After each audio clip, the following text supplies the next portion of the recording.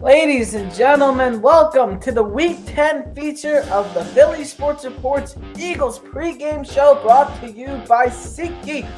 Use code Philly Sports Report to save $20 off your first SeatGeek purchase. Tonight, the Eagles look to go 9-0 for the first time in team history as they take on the Washington Commanders. Carson Wentz returns home even though he's not playing. At the link tonight on Monday Night Football, I am joined by Sam Hines. Sam, how are we doing on this cold Monday night? Good, excited to finally watch the second Eagles game in 28 days. Ridiculous. We'll move on. What's the jersey of choice tonight from you? See the black?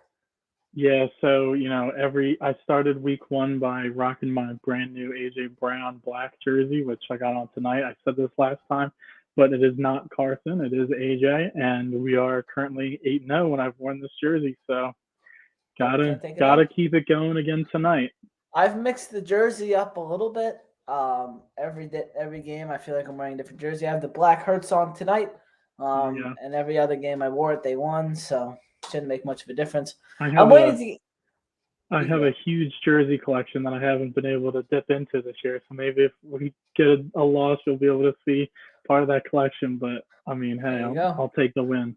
I think I have 4 Eagles jerseys. I have this one, the green Kelsey, a white Ertz, and a black Wentz, but I don't wear the Wentz jersey because, first of all, it doesn't fit me. Second of all, there's reasons to it. Let's turn it over to the quarterback matchup tonight. We have a different quarterback going for the Commanders than we did in week 3. It's Taylor Heineke going, and then for the Eagles is, of course, Jalen Hurts. Yeah, and there's a lot of hype around Heineke. I feel like whenever he plays, he always provides a spark, but, it's not that he couldn't beat out Wentz before the season started, so, how much of an upgrade really is it? I like Heineke. I think he is proven so far that he is better than Carson Wentz. I don't think it's very difficult to be better than Carson Wentz with how he was playing earlier this season. But Heineke in his last game was 15 for 28, 149 yards with 2 touchdowns, 1 interception. He was sacked 3 times. The QB rating of 28.4. Who did they play last week? I completely forgot to write that down. Minnesota. Minnesota beat them at the buzzer with the field goal. Yes. And then went on to beat the Bills. So, week-to-week league. Yeah. We move on to the well-known Eagle, Jalen Hurts. Jalen Hurts in his last game, which felt like forever ago, but it was in Houston. The Phillies were still playing at that time. I heard this on the radio the other day. This is the first Eagles game where the Phillies aren't currently active since week 3. Jeez. My goodness, that's sad. Missed the Phils. Yeah.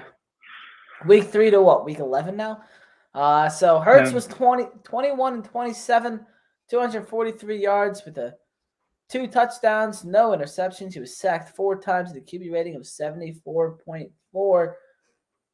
How do we feel about Hurts?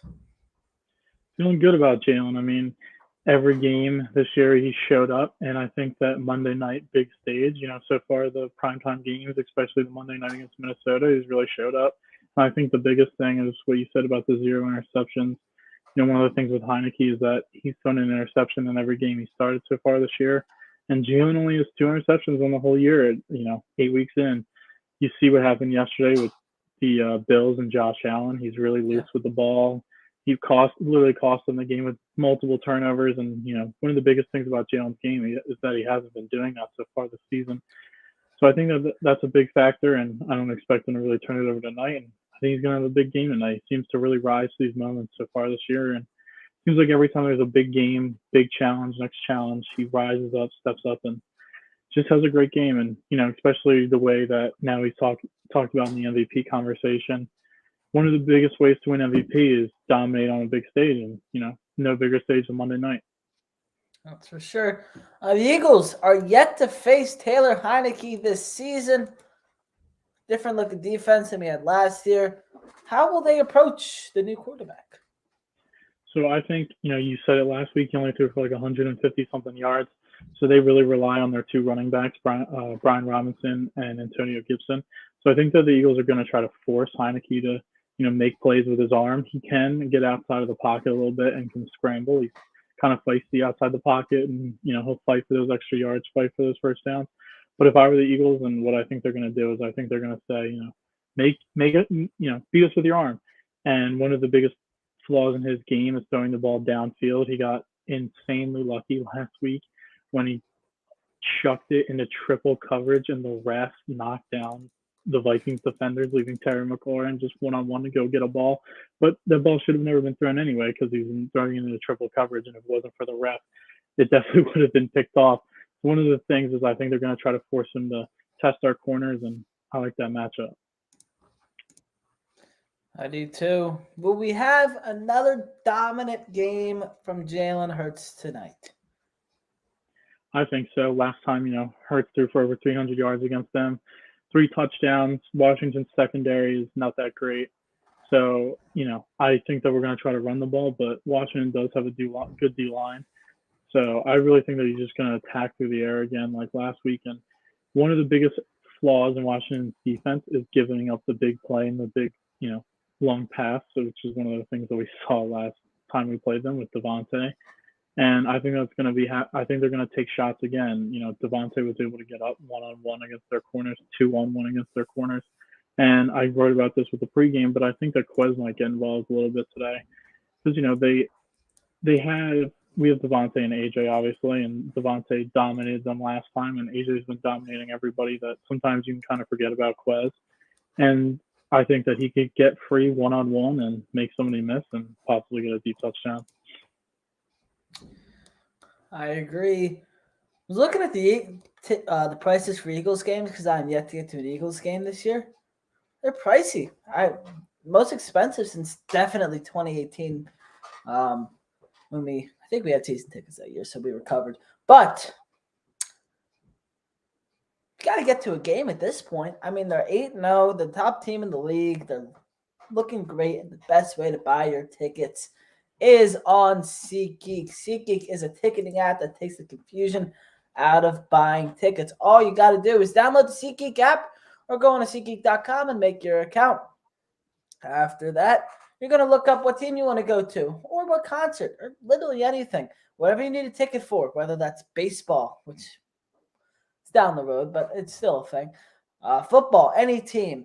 Hockey, basketball, soccer, World Cup. Never know. What else? Concerts. I don't know if they cover Broadway shows, but whatever you need a ticket for, you can get on SeatGeek. You're going to look up what you're going to go to. You're going to click on the green dots, not the red dots or the yellow dots. Stay away from those. Those are bad deals. The green dots are the dots. Those are the good deals. That's what you want to click on. At checkout, you are going to want to use this code right here, Philly Sports Report. It will save you $20 off your first purchase. It's a good deal. Ticket prices are really expensive right now. God knows what the prices of the Phillies tickets are going to be next year. Holy cow. But to save money on anything you need, use code Philly Sports Report at SeatGeek. Save $20 off your first purchase. We're moving on to the next segment. No Chase Young is it again tonight. Frank Beans is asking, is the Philly captain? No, we are not the Philly captain. I am friends with the Philly captain, but we are not the Philly captain. Are you captain, Sam? You hiding something? Nah, I wish I was the Philly captain. He seems like a sick dude. Yeah, he's funny. No Chase Young again tonight. The Eagles dodged the bullet again. How will this affect the offense for the Eagles? So Washington has, a ton of first-round picks on the defensive line, and they do have a really good defensive line, but none of them are as good as Chase Young. And, Chase Young was probably going to be on a pitch count anyway, but he's the type of player that no matter what, even if he's on a pitch count, he can wreck a game. And I would have loved the matchup with our tackles. Micah Parsons doesn't even dominate our tackles, but it is huge to have a player like that miss the game. And that means that a backup player is going to be in there. So I expect us to try to focus on that player and maybe run right at him. That's kind of even with Micah, as good player as good as he is, we were able to do that where you kind of just tailor the offense to run right at him because he's going to be coming up on the line. So I think that we could, take advantage of a second, backup player in there. But not having Chase Young does hurt them, even with the other talent they have, like Sweat and those guys. I agree. Going off script here, you saw that Justin Jefferson catch, right? I did, yes. How good does that make Darius Slay look? I know, and I see all these things on Twitter yesterday, and it's just all of them just bowing down to Justin Jefferson, and he's obviously an amazing player, but I think that just shows how good the Eagles secondary is, considering they just completely shut him down, and people are gonna say, I hate the whole. Oh well, it was at 8 o'clock at night, so Kirk Cousins is actually a werewolf and can't play at 8 o'clock at night and all that stupid stuff. Like, no, he's still an NFL player, and he's it's just a stupid narrative, but I've seen some articles written recently about whether or not Darius Slay should be considered for NFL Defensive Player of the Year based off his coverage numbers. And I think if you just look at that one game alone, considering what Jefferson's done ever since that game, and even in week 1, I mean, is there a better case than just that game? Like, you completely smothered him the whole entire game. It's just amazing that we've never really had cornerbacks like this. I mean, we had Lito and Sheldon, but I mean, I was like 4. I don't remember those guys. So this is the best secondary. Yeah, this is the best secondary we've ever watched. It's incredible. Yeah. But yeah, that catch was better than the Odell catch. Yes, it's up there. But the game was played at 8 o'clock, Sam. Yeah. It's like Kirk Cousins is he's a werewolf. We didn't know that. He can't, or whatever it is. He can't. Once the sun goes down, he can't play. Maybe if we play them in the playoffs, maybe it'll be when the sun goes down. Well, the game will be. I mean, considering we wouldn't probably play them to the NFC Championship game, maybe he'll not be able to throw because the game is going to be at 8 o'clock at night. You got any notable matchups tonight? So I think the biggest matchups is going to be our run defense versus their running backs.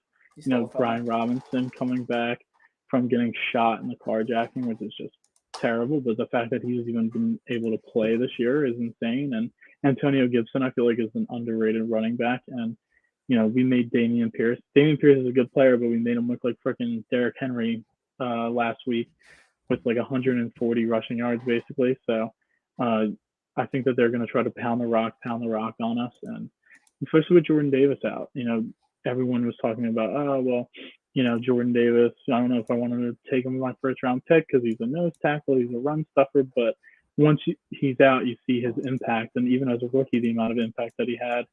So that's going to be big for those backup guys to be able to stuff the run, like Marlon Tuipulotu, who's, backing up Davis. So I think that that's probably the biggest matchup. And then, I think Devontae is the biggest matchup for us on offense versus their corners because I'm not really sure what the Washington defense is going to do because if you look at the last 2 games, A.J. Brown has just been absolutely ridiculous. But the last time that we played them, Devontae completely destroyed their defense and, just ran circles around them. So it's going to be interesting to see what they do. Most teams will cover AJ, double AJ, some safety help on AJ, try to help on Devontae. But it's going to be really interesting to see. So if they leave any coverage one-on-one like they did with Devontae the first time, I expect him to go crazy again because he's the type of player that if he's one-on-one, there's nobody in the league that can cover him. I agree completely with that. The injury report tonight, David Mayo, linebacker for Washington, he is out. Andrew Norwell's, is he officially out? It's his questionable on my sheet. I didn't see. The last I looked at the injury report, they added McKissick on it. I think that was this morning. Okay. Wentz is out, obviously. Chase Young is out, and Jonathan Williams listed as questionable. I put this on earlier. I don't know why I didn't update. For the Eagles, Vontae Maddox, who was put on the IR or IL, earlier today. He cannot return until week 14. And Josh Jobe is also out. Avante Maddox being out for an extended period of time. How will that affect the Eagles secondary? And will it open up more for teams in the future? Yeah, so it sucks because Levante had a great year last year and was having another great year this year, but it just seems like the injury bug has really gotten him this year. He missed time earlier in the year, and Josiah Scott stepped in, and he did okay, not great. He's not Avante, but he did okay. But that's definitely an area that teams are going to be able to try to expose. So I think one of the things that we did not the first week Avante was out, but the second week Avante was out, is that we kind of moved CJ Gardner-Johnson down towards the line of scrimmage a little more because he obviously has a ton of experience as a nickel cornerback. So I think that we're going to do that a little bit more, move him down towards the line of scrimmage, kind of play that dime package a little more. So that can help but that also just leaves Marcus Epps over top, which can be scary, especially when they have guys like McLaurin who can take the top off of the defense. But the Washington wide receivers are more outside guys. I'd be interested to see if they move a guy like Dotson or McLaurin into the slot to try to get that matchup. And then that can be troublesome because we know how locked down Bradbury and Sly are, but Josiah Scott's not going to be that kind of guy. But look to see Gardner-Johnson down at the line of scrimmage a little bit more to try to combat that.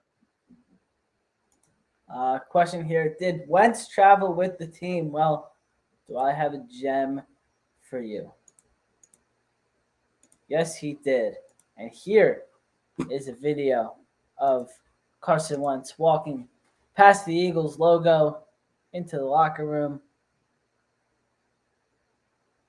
It's a weird walk. Looks like he's limping. I thought he hurt his finger. Yeah. Yeah. Interesting. It's going to be interesting how they treat Carson today because when Doug came back, they didn't give him a video, but, when he was running out, they put the camera on him and they put up "Thank you, Doug," and I think they know that everyone hates Wentz and they're not going to do anything for him. Did Wentz do a lot for this team? Yes, he's the reason they won the Super Bowl. But other than that, that ACL obviously. See, what I think is going to happen is that during a timeout or right before halftime or a time when there's going to be not a lot of people paying attention, I think they're just going to put up on the screen "Thank you, Carson" of a picture with him holding up the Super Bowl trophy, or maybe and have it up for and just have it up for 10 seconds, just because, like you said, at the end of the day, obviously it didn't end well with Carson and he asked out and all that kind of stuff, but he did help us win our first Super Bowl. So from an organizational standpoint, I think you still have to show him that respect of, hey, no matter what happened, you still helped us win a Super Bowl. So I don't think he needs to get what Doug Peterson got, where he got, a video of him running out on the field and time for the fans to give him a standing ovation and all that kind of stuff. But I still think that they should just at least put up a picture of him with the Super Bowl trophy just for a second or two. You don't have to put a video on him, because if you put the video on him, then the boo birds are going to start raining down. But you don't want these to start. Yeah, and it's Monday Night Football, and then they're going to be like, well, did you guys know that in 1850 they threw snowballs at Santa Claus? In the World Series, we cheer for Santa Claus, so yeah, I heard. It's all good. I agree. I was at the Flyers game the other day, and it was Giroux's first game back, and they put up "Welcome back, Darren Brassard" on the screen, and everyone was cheering for him, he was Giroux. It was funny. Well, I went to Sixers Timberwolves right after we traded for Jimmy Butler, and Rocco Dario came back, and they put up a tribute video to Jared Bayless, who got in that trade. So if Jared Bayless gets a recognition, I think Carson at least deserves the Sixers do a video for everybody. We're gonna move on to the next segment, the betting segment. New segment. Hello. The Eagles are -11. Will they cover the spread? Yeah, so 11 points is a lot. Obviously, home team gets about 2.5, 3 points. 11 is a lot, but I do think that they cover it today. I don't think that Washington has enough with Heineke at quarterback and with our defense. And my prediction, as I'll just say my prediction now since it ties in, I think we're going to win 28-17. So I mean that's 11, and I know you had the over under on there was 43, so that is 45. So I think the over hits as well. I think that Washington, last time Carson was just god awful, and I think Heineke's going to be a little bit better than Carson, but ultimately I don't think it's going to be enough. And since we're on the betting segment, I'll throw in another thing. I think Hurts anytime touchdown is good money today. If you're making a little parlay together, I might be sprinkling that in before the game starts. Yeah, so I not legal for me to bet yet, but I will say I would take the over because I think the score is going to be 31-17 Eagles. Comment your predictions, people in the chat. What was yours? 28-17? Yeah, 28-17. We were close. What are your keys to the game? Brought to you by SeatGeek. So keys to the game, I kind of talked about it when I did my matchup, but it's stopping the run, because if we stop the run and don't let those running backs get deep into our secondary, it's going to force Heineke to throw the ball. And like I said, he can't really throw it deep. He's going to be looking for a lot of dink and dunk underneath, and he is prone to throw interceptions, so that plays right into our hands. And then another thing would be, I think that we need to get on them early. We haven't had any really problems, obviously, with starting slow, but that can always change. And then I think the biggest thing that we've kind of changed after the bye week was that we never really were able to score in the second half. People said we didn't want to score, or, if we had to score, we could score. Like, okay, yeah, I guess maybe. But in the second half of these last two games out of the bye week, they've scored 2 touchdowns in each. I think. So yeah. So I think that one of the biggest things is to just put them away, because I feel like Washington's the type of team that's not gonna, especially with Heineke as quarterback, they're not gonna just like lay down. Especially division rival, primetime game. They're not just gonna lay down for up 14 points in the second half. They're gonna fight. They're gonna claw. They do have some offensive weapons that can score fast. So, I think putting away in the second half, stepping on their throats, and leaving here with a convincing W. Just saw a video of Wentz running into the locker room after warm-ups. Yes, he did get booed. Very hardly. So, one prediction here, 31-20. We're all kind of in the same range. 20-17 point for Washington. 31-28 points for the Eagles. Big offensive night for the Eagles. I really think that, Jalen's not going to say that he wants to win MVP. He's all about the team, all that kind of stuff. But if you want to win MVP, these are the type of games that you show up in, and you show up big. Even though it's Washington, everybody's eyes are going to be on you.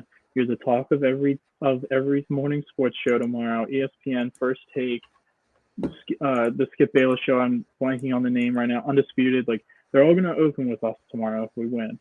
And I think, that's extra motivation for Jalen. And I just think that he lives up to the moment. And I don't know. I just think he's going to have a great game tonight. And really, because especially, Josh Allen had a bad game yesterday, solidifies that he is the MVP of the league. There you go. This has been the Philly Sports Reports Eagles pregame show. I'm supposed to know. Brought to you by SeatGeek. Use code Philly Sports Report to save $20 off your first purchase of SeatGeek. Make sure to like and subscribe, and follow all of our social medias. The links are in the description. And check out PhillySportsReports.com after the game, as the post-game recap will be written by Sam. Thank you guys for watching. Enjoy the game. And go Birds. Go Birds.